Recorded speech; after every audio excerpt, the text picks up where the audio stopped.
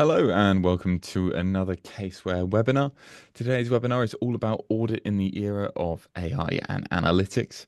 My name's James. I'll be your host for today, just organising in the background any housekeeping that's required. Our main presenters for today are both Jenny Faulkner from Mercia Group and our own Jack Holloway from Caseware, of course. During today's webinar, we'll have a couple of polls. The first one I'm going to launch in a couple of seconds. It's just to get your impressions on AI and how you're using it. So I'll launch that one now. It should pop up on your screen while we run through the housekeeping. There we go. Housekeeping wise, if you do have any questions during the webinar, feel free to use the Q&A function shown at the bottom of the screen on that handy little animation there. I'll go through the Q&A at the end of today's webinar when we have time to. So feel free to pop your questions in there and we'll get round to them a little bit later. The recording of this webinar will be hosted on our website and we'll send you across links for the people that are registered for this webinar. You'll get a link afterwards towards the recording there. Perfect. I'll hand over to Jack now to complete the introductions. Thanks, James, and hi everyone. Thank you for joining us. We're very, very happy to have Jenny along today with us to discuss analytics and AI and everything that is changing in the industry at the moment.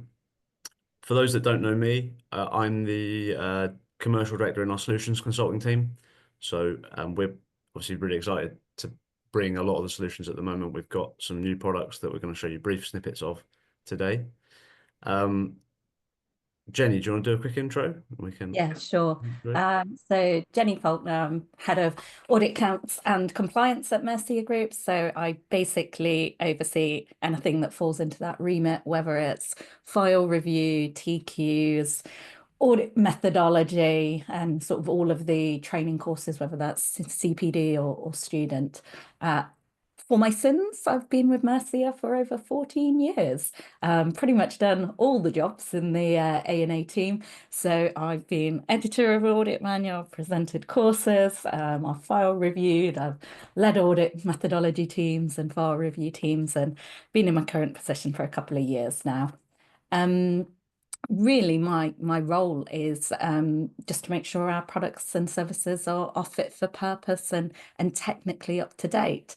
And an increasing part of that role really is thinking about technology and making sure they are where they need to be from a technological aspect, as well as, I suppose, a technical aspect. Sit on the ICAW ISA panel, which basically tracks the international standards of auditing and feedback through into the IAASB as to what our thoughts are in relation to prospective changes and the like. So bit of a self-confessed audit geek, in short. I think we all are, Jenny, aren't we? Yeah, absolutely. I hope so. We wouldn't be doing what we were doing if we're not. I think, it's one of those things. No, like I said, I think Jenny, it's been really good to get your perspective on a lot of the topics we're going to cover today. Yeah. It'd be useful to see what you guys are thinking at the moment and how you're approaching the different sort of aspects of AI. So, yeah, no, let's jump in. So, James, do you want to jump to the next slide, if that's all right? So, just so you, a quick agenda. So, first of all, we're going to have a sort of Q&A with a discussion with Jenny. Where we're going to run through some topics covering sort of AI and analytics. I'm then going to show you a very brief, and I mean brief, snippet of our sort of audit products at the moment, the ones that are utilizing AI. So we're going to show you the new analytics hub that's within the cloud audit solution, which is obviously using AI to generate a lot of sort of data-led audits. And then we're going to show you a brief snippet of Caseware Validate, which is an exciting new product that we're looking to sort of, it's coming out very, very soon, with the idea of it being that it can compare financial statements and auto sort of casting checks and cross-referencing and everything like that. The stuff that, as when I was a junior, you had to do painfully with a calculator. So we'll show you a brief snippet of that. And then, as James said earlier on, we'll have a Q&A and sort of conclusion with us at the end. And you guys can ask any questions you want. We'll try and leave some time for that. We've got 45 minutes today, so we'll try and run through things as quick as we can, so we've got plenty of time for Q&A at the end. So, Jenny, I guess I will jump into the discussion. Yeah. The first kind of topic we discussed talking about was industry perspective and sort of how things are looking. So, how has data analytics transformed the way audits are sort of conducted at the moment in recent years? How have you seen the sort of recent changes happen in the industry? Yeah, so I think that it's quite an interesting question. The pace of change has definitely just gone through the roof, hasn't it? I mean, I mentioned I'd been at Mercia for 14 years. Well, if I went back 10 years or so, I remember sitting down with the ICAEW and talking about analytics and sort of being involved in one of their publications as to what firms were doing around analytics. And, outside of the big four or maybe the top 10, at that point, nobody was using it whatsoever, let's be honest. But we all thought it was going to move quite quickly. And then it didn't. Nothing really happened for quite a long time. And it was kind of like, okay, the technology's there, but there's definitely some blockage within the system.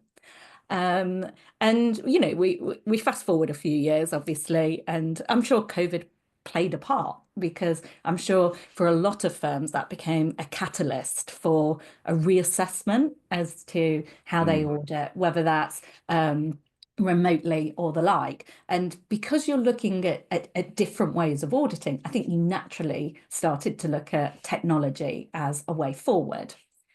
From a analytics perspective, though, what do we see? Well, at Mercia, we see quite a broad range of clients, I think it's fair to say. I'm willing to admit we do very, very occasionally now still see an audit paper file delivered in a box to us and it's handwritten.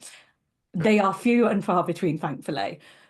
What are mid-tier firms doing? Mid-tier firms are really, really starting to embrace audit analytics. And I think we can only really see that as a very, very positive step for the profession as a whole.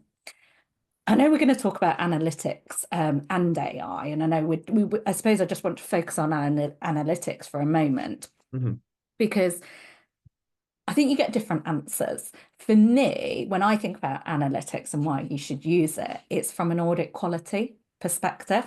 And actually, we are genuinely seeing better quality audit files over the last few years. And I think about that in the context of some big changes to auditing standards as well. So we're seeing more complex standards, more complex audits, yet we're seeing better quality. And ADA is really helping drive that forward.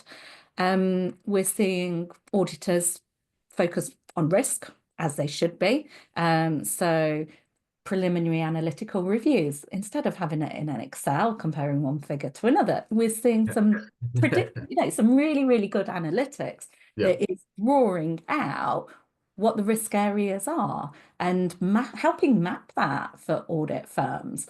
And that, for me, is just really aligning back to what the auditing standards have always hoped auditors would do, but perhaps they weren't doing it for whatever reason, or not doing it quite as well as you would hope. Journals is another area, for a lot of, mid-tier firms. Journals, I would say, is the starting point on ADA experimentation. And I think the way I think about it when I pick up an audit file is journal testing fundamentally is about management override of control. It's about fraud. And so what you're looking to do is look for the unusual items. Auditors used to be really, really poor at this, to be perfectly honest. They never thought about necessarily where fraud could arise. They never therefore thought about which journals would be riskier from a fraud perspective. And I think analytics just really, play a massive part in driving that audit quality aspect. I mean, you could do that in Excel as well, to be perfectly honest. I'm not going to pretend otherwise, but the software that is out there nowadays certainly really, really, really helps. And just a sort of follow-up, I guess, You mentioned the mid tiers. Mm. How, and let's I guess let's focus on general testing. How are you seeing that improve efficiencies there in terms of how that's working in that sort of market? So efficiencies and audit quality, I really personally separate. I think Okay, that what makes we're sense. seeing with analytics is more quality. I Mhm. honestly think we're seeing much better audit files. They're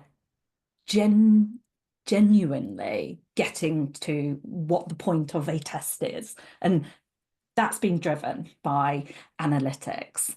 From an efficiency point of view, I think there are efficiency gains with analytics, but it's perhaps not quite at the forefront as the audit quality piece. And I think a lot of the AI tools that are out there will help with more with efficiency than necessarily just the analytics.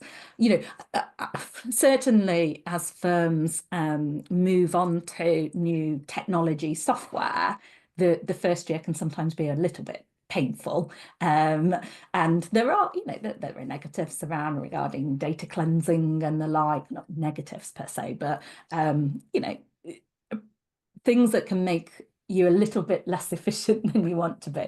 Yeah. But as you get better at it, as you understand how the data is structured, how it needs to be structured to get, I suppose, the most out of it, then I think you do start to get some quite significant efficiency gains as well. But for me, Yeah. personally, it's the quality piece that analytics drive. Okay. And I guess so that would be the main pain point for you. You think it is it's around that area and it's the quality that you think is the biggest focus in terms of pain points for auditors. But From an analytics perspective. But then if we sort of start to bring in AI a little bit more and some of the tools that we see, I'm perhaps in quite a nice position whereby, Mercy, we talk to lots of different software providers and they showcase me lots yeah, of nice things. So I get to see what can be used, not necessarily what I see on a file review. But yeah. that's I'm going to put that into context. We're reviewing files, a year after they've been done often. So there's a bit of a time lag on that perspective. But if I think about what are the biggest pain points in audit from a technology perspective that they're helping solve, improving audit quality is absolutely up there. But to be perfectly honest, I think there's a lot of tools out there which are really, really effective at just reducing the mundane tasks that are being done. Yeah, And I know you mentioned right at the beginning that, the real basics, tasks, reconciling items. I yeah, mean, the jobs we did as juniors, yeah. they don't necessarily need to be done. There's some great tools out there which can, match your invoices through to your payments. And, loads of these jobs are not necessarily redundant at the moment because not all firms are using the technology that is Mm. becoming available, but it's starting to become quite a talking point, isn't it? And for me, I've certainly seen quite a few tools which, using NPL perhaps, read contracts or lease agreements and pick out the necessarily information. And that's a huge efficiency gain for firms, which is, absolutely game changer. I have always got to say at the end of the day, AI is not the auditor. The audit firm is still the auditor. Yes. And, we could Yeah, talk in a bit of detail around the problems yeah. or the concerns or the worries that you have to think about that go alongside all of these, positive, really, really positive aspects of AI and analytics. But I think the fact that it's reducing these really mundane jobs, doesn't it make the profession a bit more exciting? You'd hope so, right? I mean, I don't want to say audit is becoming sexy because I think people might just get a bit too excited by that. But you kind of hope that it's becoming more attractive profession to be involved in, because nobody wants to sit and add up a set of figures when they don't have to. Auditors want to do the things that they're good at. They want to use their mind and apply judgments and be skeptical and, ask lots and lots of questions. That's the sort of thing that I think technology really helps promote within the profession. So I'm really seeing some positives. I'd really agree with a lot of that. I think, you're right. Hopefully, it makes it a more attractive place, right? Obviously, we run a lot of polls and surveys with clients, and the biggest problem that comes up over and over again is staff retention. So that staff sort of satisfaction when you've got, the traditional ticking and bashing and adding stuff up with a calculator that's already been added up in Excel, and you're just double checking it's still there for. It's stuff like that that can feel a little laborious to staff, and then hopefully the sort of technology can improve those tools. But that actually segues quite nicely, Jenny, your point there into sort of our next topic I was talking about was generative AI. So how are you seeing firms leverage tools like ChatGPT to sort of improve efficiency? And I know you said that AI is not the auditor, and I completely agree with that. But I think that how is that sort of that relationship? How do you see that working at the moment? Yeah. I mean, how long have we had ChatGPT? It's just over 2 years. Very topical. Yeah. And you kind of feel that everyone's talking about it, everyone's using it. I suppose there's two different, excuse me, two different things you can think about here. There's how you could use it from an audit perspective, and then how could an audit firm use it perhaps more from a just general business perspective as well. I think equally, both are really, really important. So I'll cover off the audit perspective. If I'm honest, I haven't seen it used from a practical perspective a huge amount. But one thing that I can't remember, we were talking anecdotally about it within the tech team at Mercia, and someone mentioned something about fraud. And I thought, do you know what? I'm going to just go have half-hour play with ChatGPT. And I thought, what do auditors do really badly on a file review? One of the common things that we always raise is around fraud discussions, whether that's the fraud discussion within the team or whether that's the fraud discussion between the team and the client. Documentation's pretty poor in a lot of firms, to be completely honest. I know firms don't want to hear that, but that is true. And they're not very good at this sort of brainstorming aspect and thinking about and getting everyone involved in, well, where could fraud arise at this particular client? So I just went to ChatGPT, sort of went, okay, I've got, and I can't remember the first one I did. I think I went, I've got OMB, small construction business. Where's fraud going to occur? And it came back with a pretty solid answer, to be perfectly honest. And it kind of gave 5 or 6 different areas. And I thought, that's a lot more than I see on any audit file quite often. It's a discussion point, isn't it? That's not your answer. But why don't you get your juniors to have a little play on ChatGPT? You're not putting anything confidential into it. You're just asking it a relatively easy question. And you're getting some indicators, you're getting some thoughts. That opens up dialogue. And then you can go into a bit more detail. Well, does that really apply for this particular entity? You might want to refine your question in ChatGPT. I often find I need to refine my questions about 5 different times before I necessarily get the answer that perhaps I want. But that's part of the skill of learning how to use those types of tools. So for me, that, if you could apply that across lots of different areas, I think fraud, that's just one example of where you can get quite a helpful response from a ChatGPT or others. I shouldn't just be referring to necessarily one. Yeah, absolutely. Any Gen AI. Another area that we're talking about, I mean, ChatGPT or Gen AI, it's not just about text. So something that I've seen done quite nicely is around system notes. So someone's got some system notes from the client, or they've written themselves, whatever it may be. And you could put that into something like ChatGPT and ask for it to do a flow diagram, ask for it to pull out the internal controls. It's helpful. People learn in different ways, people consume information in different ways. So to take something text and bring it into a visual, that can help different people in the team. It can bring out aspects of the controls that perhaps you wouldn't necessarily have highlighted yourself. So I think they're quite interesting areas. I think going forward from an audit perspective, I'm sure there's going to be, I don't know, AI agents which help you determine materiality. It might use institute guidance, it might use your methodology guidance, but bringing those things together, utilizing information that it already has within the audit files. So, what is turnover? What is profit? What industry is this in? What size entity is it? Who owns it?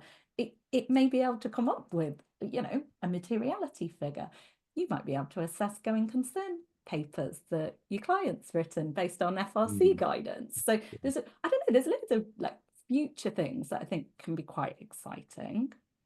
And then from I suppose, not just thinking about the audit, but perhaps a slightly business wide, things like, I don't know, everyone hates someone's writing minutes of a meeting, don't they? And doing the action points.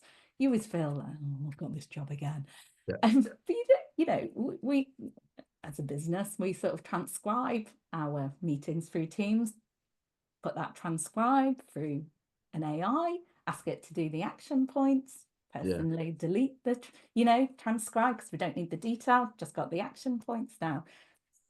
Big changer, isn't it, from an efficiency point of view? It's relatively simple. No, I completely agree. I think that kind of thing's obviously been prevalent. I think probably COVID kicked some of that stuff on a little bit when we were sort of moved to online meetings and stuff. But you're right in that those sorts of tools have been really useful for people. Yeah. In the last. And I love we don't personally have it, but when other people have it, it's like, right, here's my, find a time to meet type thing. And I just, instead of trawling through diaries, that to me, I want to, everyone wants to focus on the important stuff. So taking the mundane out, any of that is beneficial. Okay. No, I think that's some really interesting points. So in terms of then sort of like the ethics of using the sort of the Gen AI tools, we're not naming names, you're right, that's probably the bad thing. Then if that's sort of a way to go, are there any concerns that you can see as sort of methodology providers that you have to consider? Or is it just that you've just got to make sure you're reviewing everything? How do you see? Yeah, I mean, there's definitely different aspects here. There's I said it earlier, the AI tool is not the auditor. The senior statutory auditor is the person signing that audit report, and they need to absolutely have control over everything. So when you're using these types of tools, absolutely need to be reviewing the information. Just because some AI tool can read your SPA and pull out some of the key elements of it, if you don't look at it yourself as a firm and the AI tool hasn't picked up a clause with, whatever it may be, but some sort of, it could be a deferred consideration or something like that, then you've got yourself into a bit of a big issue there. So at the heart of it, it's a tool that is there to help you. It is not a tool that is replacing the auditor. And I think we've got to have that as the sort of at the forefront of our minds. Data privacy and confidentiality is just absolutely critical. What tool you use will, come with its own risks, because if you're using an open AI tool, then the information that you put in is in the public domain then. So don't be putting confidential information in there. Mercia Group, we're part of a PLC, we're part of Wilmington PLC. So we have our own closed loop, I suppose, tool that we use. Definitely use that for certain things, and other things I might use ChatGPT for as well. But it's important that you understand the risks that are going with it, and making sure you're not going to be putting confidential information of clients out there. Just think about data privacy, engagement letters. What do your engagement letters say? Do they make reference to the fact that you're using tools? And they're the types of things that firms definitely need to consider. And I suppose there's just an element of, I've already said, you've got to check things yourself, but an awareness piece that at the moment they do. I think the word's hallucinate. I'm not a proper technology person, by the way, if you haven't guessed. I can very much talk about, what I think is good. But yeah, hallucination. So basically, AI does make stuff up every now and then. So you got to make sure you're checking it. Got to make sure that you're happy with what you've got, I suppose, as your final answer. Confirmation bias is another area. ChatGPT can agree with you. It just made me laugh. So I put something into ChatGPT a couple of days ago, just playing around with this sort of confirmation bias, and I was like, am I the best? A very, very simple question. It didn't say I was the best, but it did say I was awesome. Knew nothing about me whatsoever. But apparently I'm awesome, and I'm going to take that one forward. But it's that type of thing. No, I think I got a similar example from it was a while ago when sort of Gen AI first came out, and it knows so much about the stuff that I don't know, but it seems to get the stuff I do know wrong quite a lot. So you have to be a little bit skeptical, I think, because Absolutely. to make sure that it is giving you relevant answers and making sure. But that's one of our biggest skill sets as auditors, isn't it? To be skeptical. So I feel like I'm telling people things that they already know, but I do think it's very, very important to make those things clear. No, I certainly agree with that. And the data part as well, I think you mentioned, obviously we had to think about it when we were sort of developing Ada.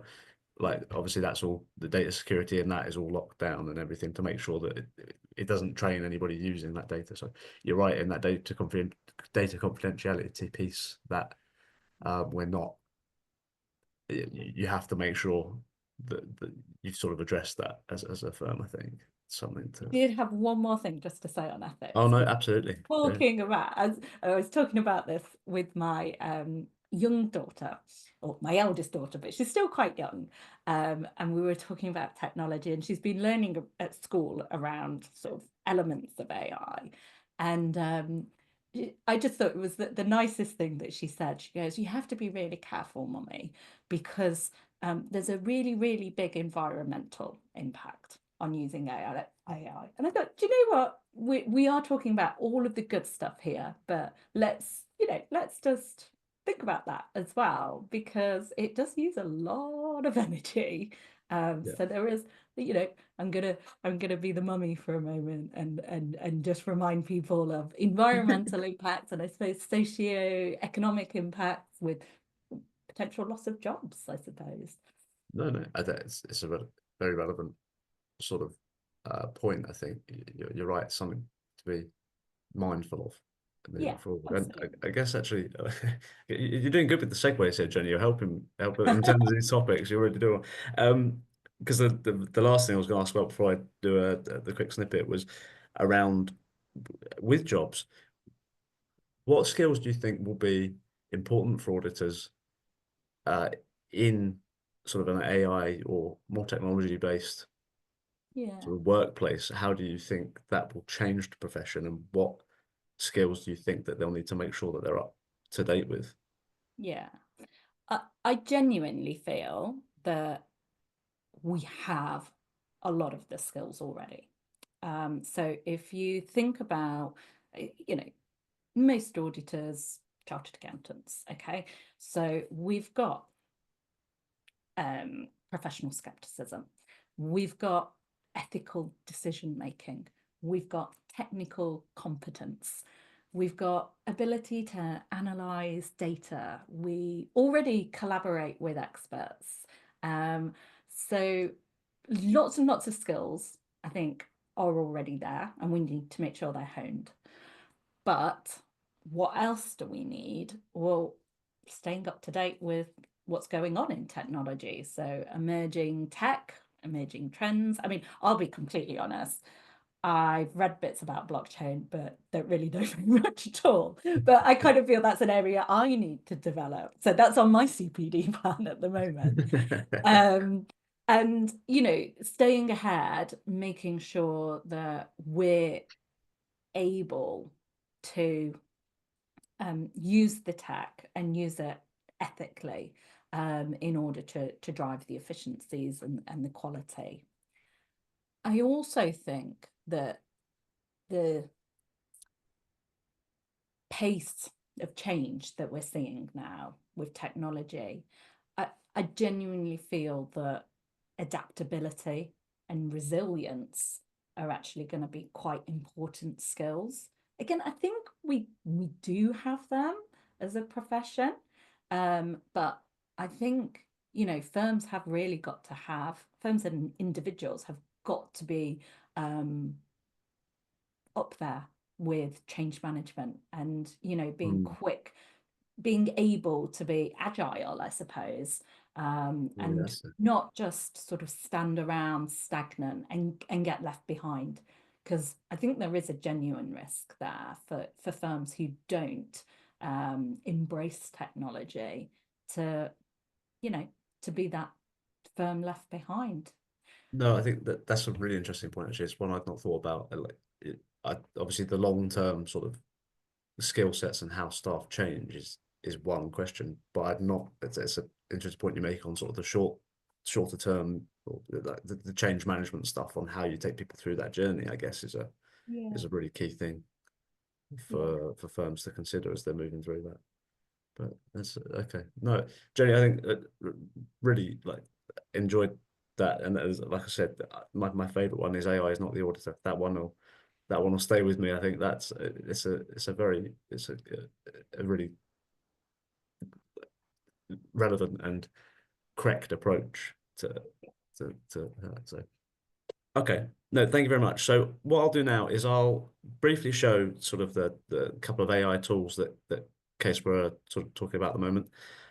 So I'll just share my screen and then we'll jump into a Q&A with Jenny afterwards and people can ask bits and pieces. So the first one I want to show is, and actually James, can you just confirm you can see that screen before I? Yes, yeah, all good on this Perfect. side. Thank you. So our analytics hub is something we're really excited about. Is we've just brought this out in all the sort of Mercia packs and audit packs in the UK. So the way the analytics hub works is what you can do now is obviously drop an entire general ledger in and then run these tests here on the relevant data sets. So if I jump up here just to show you guys how this works, when you're adding data now, and if we, this is general ledger that I'm going to import, but what you do when you add that data now in the software is you can add a general ledger, you can add the accounts payables lists in various different formats, okay, depending on the type of tests that you want the AI to run, and the same for accounts receivable. And we've also just this inventory tests as well. So we've just linked in the ability to sort of go through all of the inventory they've got on hand at year end, stock takes and transactions and stuff. So really exciting stuff for us that this is looking to automate a lot of those tests and run as sort of Jenny was speaking about earlier, the analytical tests it wants to run automatically. It can pick out high risk items using those tests that I was just showing on the other screen, which I'll jump back to in a second. But the idea here is that you can really gain some efficiency now and hopefully improve the quality as well, because this is going to highlight quite quickly I mean, we all know data analytics and the idea behind it. It's making sure that it's highlighting the high risk transactions and making sure that you're going into the parts that are relevant. And it's documenting that, and it's making sure that obviously with Mercia that you're capturing that and doing it in an efficient way that actually saves you time, rather than, you know, in the early days of analytics, maybe it was sort of like an add-on piece that people did, whereas now we really want to make sure that this is gaining you know, some efficiency as well as improving the quality. So in there, you jump in general ledger, you'd upload that, and then when you configured that, which you would go into, and so it's just processing in there. When you configure that, you'd assign those fields with the assign columns button, and that would then automatically go through. You then have to go through and sort of tell everything, is this a general journal? Is it a cash receipt, and everything like that, which I won't do right now, but that's how that works. And it obviously, using the AI again, it's picking up different column headers, it's making sure that that's all there for you, and it's really hopefully improving that experience for the user as well. So from there, then you then jump into the tests, and you've got the sort of general journal tests I've brought in here on this example. So you've got high value amounts, it can do different samplings. There's a lot more tests it's obviously doing in the background. These are the ones that you can sort of opt into, but the ones that are going to drive the automation run in there, and they link through to those procedures as well. So it's a really interesting sort of new area for us to bring out. Like I said, we're really excited about doing that, and certainly something we hope you guys are excited about as well.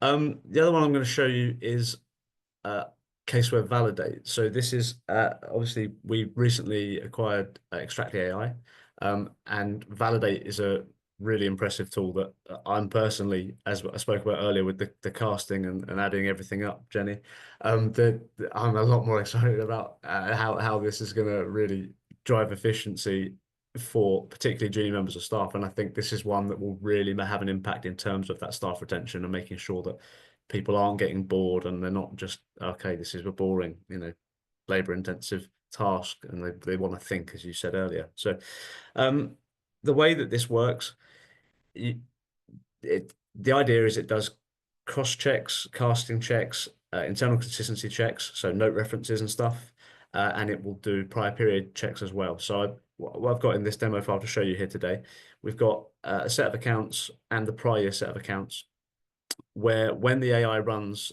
different checks on there, it will come up in a traffic light system, and it will say red, yellow, or green. This being green being it's correct and it agrees, okay. Red being that it's found an error and you need to go look into that, and then yellow being it can't work it out, so it just needs the user to go and look. Now, if I jump into one of these, I'll just jump down into the current assets table. So these down here, we're looking at being green. This is one that we've marked off here, but this red arrow here is saying that something isn't adding up in the formula. So as you can see, there's a difference of 200. Why is this sum not adding up to this? Now, if there's something different, like there's obviously a typo in this one, or you can go through and look at that.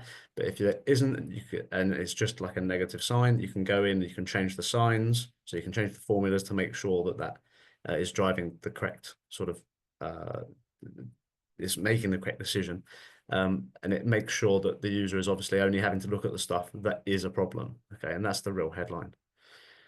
The other thing that it does very well is the version compare. So obviously in an audit, things can go back and forth a few times. That we've all been there with version 20 accounts on one job or another. And what this is doing is it's making sure that the user or the auditor, or even within sort of with corporate firms where we've sort of trialed this out, that version compare is a really useful tool for them, in that it can take version 2, version 1, or however many versions you need, and it remembers the casting checks from previous versions. Okay, so you haven't got to do that again. If you've corrected an error, it will have corrected that on future versions, and it will make sure that all that kind of thing is working, and it will check the sort of spell checks and stuff that go between the two.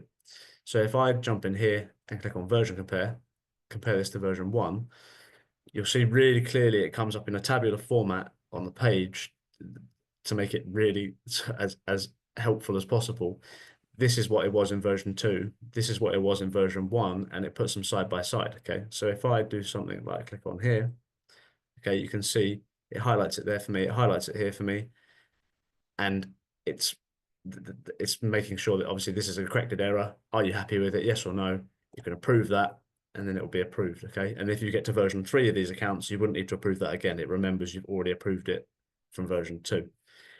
It also does it with spell check as well. So things with sort of the audit reports and everything like that. And this is where we had more popular comments from our sort of corporate customers that we trialed this with, is because obviously things change in a set of accounts. The auditor, without, they may update things without going through everything in sort of spell checks and things like that with the client. So it's a really useful tool for them that they've spoken about, that they can use that to sort of go back and forth here as well, and make sure that, okay, yes, this is updated and we're happy that the spelling is now corrected and we haven't got to worry about that again.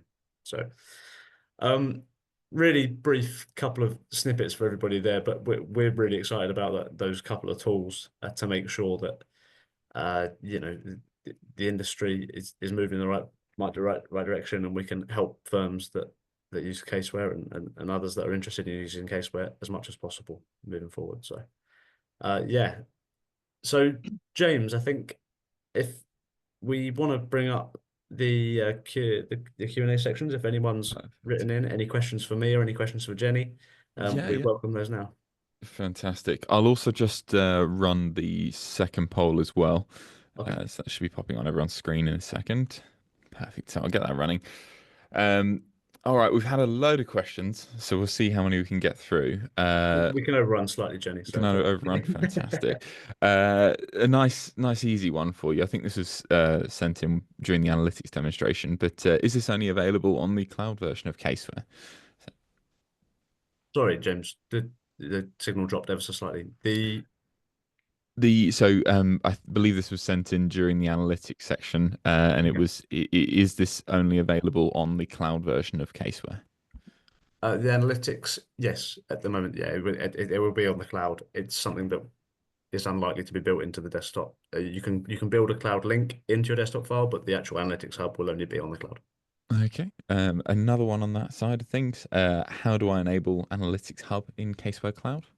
It should automatically have updated with your templates. So when you're sort of rolling that out, if you have any issues, let us know.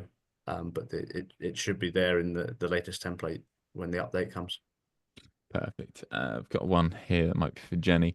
Are regulatory bodies and audit standards evolving quickly enough to keep up with the AI advancements?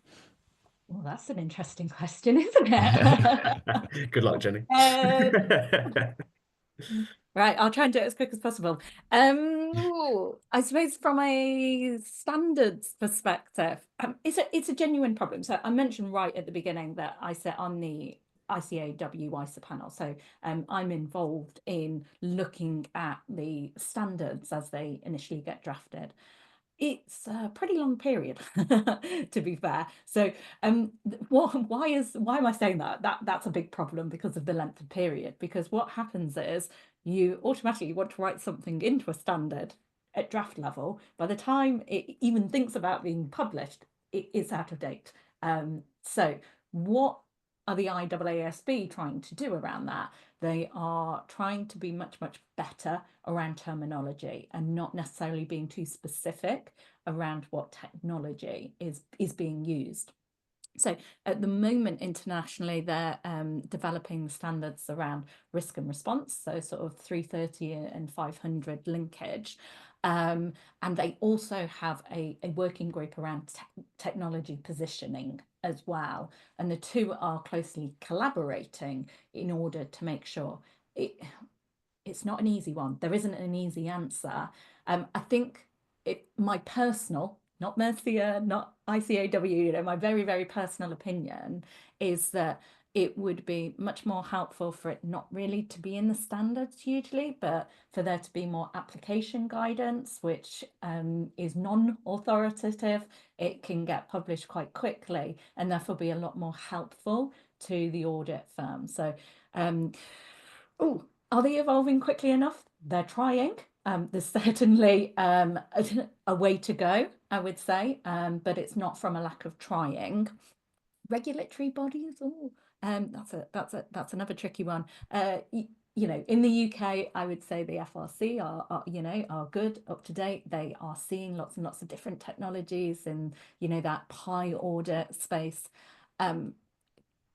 QAD, ICAS, ACCA, that them as regulatory bodies. I don't think they're necessarily asking firms very much around what technologies they're using. So yes, perhaps there could be a bit of scope there.